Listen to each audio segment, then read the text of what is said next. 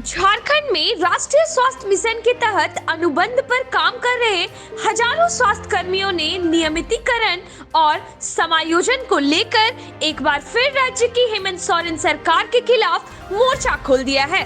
स्वास्थ्य विभाग के विभिन्न समूह में सेवा दे रहे इन अनुबंध कर्मियों ने मुख्यमंत्री हेमंत सोरेन पर वादा खिलाफी का आरोप लगाते हुए बीते सोमवार यानी 16 जनवरी को सीएम आवास का घेराव करने पहुंचे। हालांकि पुलिस द्वारा उन्हें बीच में ही रोक दिया गया, जिसके बाद प्रदर्शनकारियों ने राजभवन के पास धरना देते हुए 17 जनवरी से अनिश्चितकालीन हड़ताल और आमरण अनशन का आह्वान किया है। पूरी खबर को विस्तार से जानने के लिए देखें ये वीडियो। जब सरकार आई थी तो उन्होंने एक वादा किया था हम लोगों से कि हमको कुछ समय दीजिए, हम जितने अनुबंध कर्मी हैं उनको परमानेंट कर देंगे। पर बीच में कोविड आ गया। कोविड के कारण जो है कुछ समय उसी में चला गया। हम लोग सोच रहे थे कि उस समय हम लोग करें कि नहीं करें, क्योंकि अगर उस समय हम लोग हड़ताल करते तो शायद सरकार या देश के लोग हम कहते कि ये लोग अवसरवादी है, ये लोग अवसर का फायदा उठा रहा है। पर अब कोविड बीत गया, सब चीज नॉर्मल हो गया, तो अब हम ये चाहते हैं कि जो उन्होंने वादा किया था उसको पूरा करें।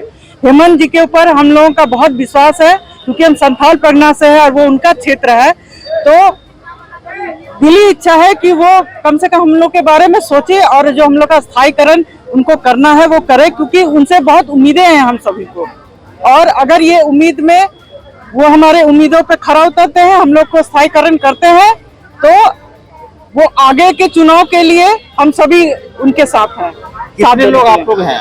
टोटल कितने लोग हैं? 12,500 कर्मी, 12,500 कर्मी, 12,500 कर्मी हम लोग एनआरएचएम के तहत कार्यरत हैं, जिसमें ANM, GNM, lab technician, pharmacist, x-ray technician सारे लोग शामिल हैं। और इसमें 4,500 सिर्फ एएनएम है, ठीक है। और ये बहुत बड़ी बात है। और 3,000 फिर ज्वाइन की है, तो कुल मिला के 7,500 हो गए। और इसके बाद हमारा पद रिक्त है। सबसे महत्वपूर्ण बात है कि हमारा सृजित पद है। ऐसा होता ना कि आपको पोस्ट क्रिएट करके अगर बहाली लेनी होती तो एक अलग बात थी। हमारा 3,000 से भी ऊपर पद खाली है, रिक्त है एएनएम का, लेकिन उसको भरा नहीं जा रहा है। विगत 15-20 वर्षों से खाली है। और 2014 में इन्होंने किया तो मात्र 1490 को नियमित किया। उस समय हम लोग भी नियमितीकरण का अधिकार रखते थे, लेकिन हम लोग को एनआरएचएम के नाम पे छोड़ दिया गया। लेकिन हम लोग उसके बाद भी सेवा देते रहे, करते रहे, लेकिन हर बार उनसे मिलते रहे तो आश्वासन मिलता रहा कि आज करेंगे। सबसे बड़ी बात, विधानसभा में 3 क्वेश्चन रखा गया, जिसका तीनों क्वेश्चन का उन्होंने सकारात्मक जवाब दिया। क्या एनआरएचएम के तहत जो आपके स्वास्थ्य कर्मी हैं वो आपके कार्य को संपन्न करते हैं? उन्होंने दिया स्वीकारात्मक हाँ। क्या उन्होंने कोविड काल में अपनी महत्वपूर्ण भूमिका निभाते हुए लोगों के प्राणों की रक्षा की है, अपनी जान को जोखिम में डालकर? तो उत्तर था स्वीकारात्मक हाँ।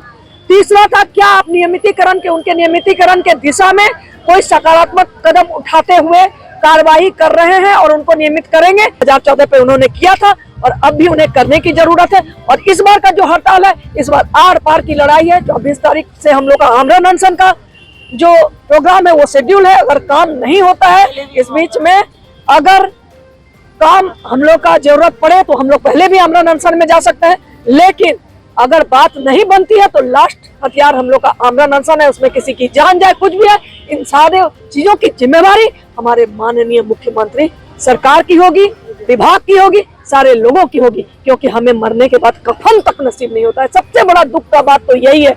हमारी कितनी एएनएम, 50 से ज्यादा एएनएम तो मेरे सामने काल के गाल में समा गई। कोविड में कितनी मर गई, लेकिन किसी ने सुध लिया नहीं लिया। तो आज 16 साल तक हम कितनों की सुध लें?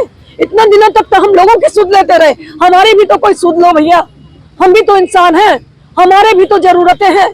हम बच्चे को इतने कम कमाई में हम बच्चे को पढ़ाएं या अपना घर चलाएं या अपना इलाज करवाएं। कोई एएनएम हमारी भयंकर बीमारी से पीड़ित है, लेकिन फिर भी अपना इलाज नहीं करा पाती है। क्यों? ना उन्हें छुट्टी दी जाती है, ना हमारा लीव होता है, ना ही वैसा साल भर में हमें मात्र 16 या 17 अवकाश मिलता है। सीपीएल भी मिलता है तो 12 ही मिलता है, जो कि बहुत ही कम है। तो ऐसे में आप क्या क्या कर सकते हो? जब सारा दिन हम ड्यूटी में ही रहते हैं सारा दिन, तो फिर घर परिवार हम लोग का सब कुछ छूट जाता है। जब सब कुछ छोड़ के ही आ गए हैं तो इस बार आर पार की लड़ाई है। इस बार हम लोग एक ही जात के लोग हैं, ANM, GNM, lab technician, pharmacist और एक्सेट्रा, और कोई भी नहीं है हम लोग में, कोई हिंदू नहीं। इसलिए मेरा परिचय है विनीता कुमारी, राज्य संयुक्त सचिव सह जिला अध्यक्ष दुमका।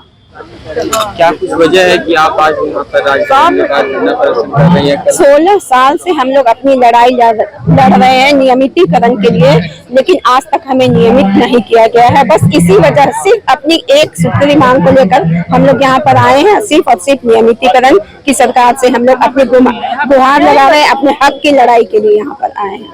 आपके आने से तो काम ही प्रभावित हो रही है। हाँ, बहुत काम प्रभावित हुआ है, लेकिन क्या करें, कब तक? हमारे भी तो बच्चे हैं, हमारा भी तो घर परिवार है। 16 साल में 16,000 की नौकरी, कितनी शर्मनाक है ये बात हमारे लिए। ये सुनने में भी खराब लगता है कि 16 साल काम करके हम लोग 16,000 की नौकरी में काम कर रहे हैं। इसलिए आज हम लोग यहाँ पर एकत्रित हुए हैं कि सरकार अब तो हमारी मांग मान ले, क्योंकि 2014 में यही हेमंत सरकार परमानेंट की थी, यही नियमित की थी 2014 वाले साथियों का, और उनसे हम लोग की उम्मीद है कि वो आज हमें नियमित करे। तो क्या लगता है मैडम कि राज्य सरकार आपकी सुनेंगे? आप लोग तो कोविड में भी पीछे नहीं हटे थे। हाँ, इसलिए तो गुहार लगा रहे हैं। कम से कम उस समय हम लोग फ्रंट लाइन वॉरियर थे, सारे लोग छुप गए थे, घरों में घुस गए थे, कोई भी बाहर नहीं निकला था, लेकिन हम लोग खुद कोरोना पॉजिटिव होते हुए भी हम लोग काम कर रहे थे ताकि हम समाज सेवा करें। इस महामारी के दौर में हमें ये भी सिखाया गया है, हमें फ्लोरेंस नाइटिंगेल के द्वारा नर्सिंग ये सिखाया गया है कि कितनी भी बड़ी महामारी हो जाए, आप मानव सेवा में लगे रहें, समाज सेवा में लगे रहें। इसलिए हम कोविड के समय में भी काम किए, मानवता के नाते काम किए, अपना घर परिवार, अपने बाल बच्चों को छोड़कर, उनकी परवाह ना करते हुए, अपनी परवाह ना करते हुए। कितनी हमारी बहनें काल के गाल में समा गई, कितने, लेकिन कुछ भी नहीं हुआ, उनके लिए भी कुछ नहीं हुआ, एक कफन तक नसीब नहीं हुआ। वो भी हम लोगों ने चंदा जमा करके इकट्ठा किया और हम लोग गुहार लगाते रह गए, लेकिन हम लोग को कुछ भी नहीं सुना गया। हम लोग इसलिए चाहते हैं, सरकार से अपील करते हैं कि वो हम लोगों को जितना जल्द से जल्द नियमित कर दे। आपका परिचय? वीणा कुमारी, प्रदेश महासचिव, झारखंड राज्य एनआरएचएम एएनएम जीएनएम महासंघ। अच्छा, क्या लगता है मैडम कि आपकी सुनेंगी सरकार? जरूर सुननी ही होगी। इस बार आर पार की लड़ाई है ना, इस बार तो हम लोग पीछे हटने वाले नहीं हैं। कल हमने, जैसा कि आप जान ही रहे हैं कि क्या क्या घटनाएं हुई, और मुख्यमंत्री आवास के बहुत करीब हम लोग जा पहुंचे। ये हमारी जुनूनियत की हद नहीं तो और क्या कहेंगे आप, ये जुनूनियत की ही हद है हमारी। और ये जुनूनियत आपको दिख रही होगी कि इतनी संख्या में, इतने ठंड में, इतने माताएं, गर्भवती महिलाएं, सारे लोग बैठी हुई हैं। तो ये हमारी एकता और अटल चट्टानी एकता का परिचय है। और हम इस बार हड़ताल में जो उतरे हैं, इस बार 24 तारीख तक अगर हमारी मांगे 23 तारीख तक नहीं सुनी जाती है, हमें नियमित नहीं किया जाता है, तो 24 से हमारा आमरण अनशन शुरू हो जाएगा। और इसके बाद संपूर्ण जिम्मेवारी हमारी सरकार की होगी और हमें नियमित करना ही होगा। इस बार आर्या पार की लड़ाई है। इस बार मैं माननीय मुख्यमंत्री जी से ये अपील करना चाहती हूँ, विनती करना चाहती हूँ, सहृदय से उनसे ये बात रखना चाहती हूँ कि वो हमारी तपस्या, हमारे कोरोना काल की सेवा, उनको व्यर्थ नहीं जाने दें और हमें नियमित करें।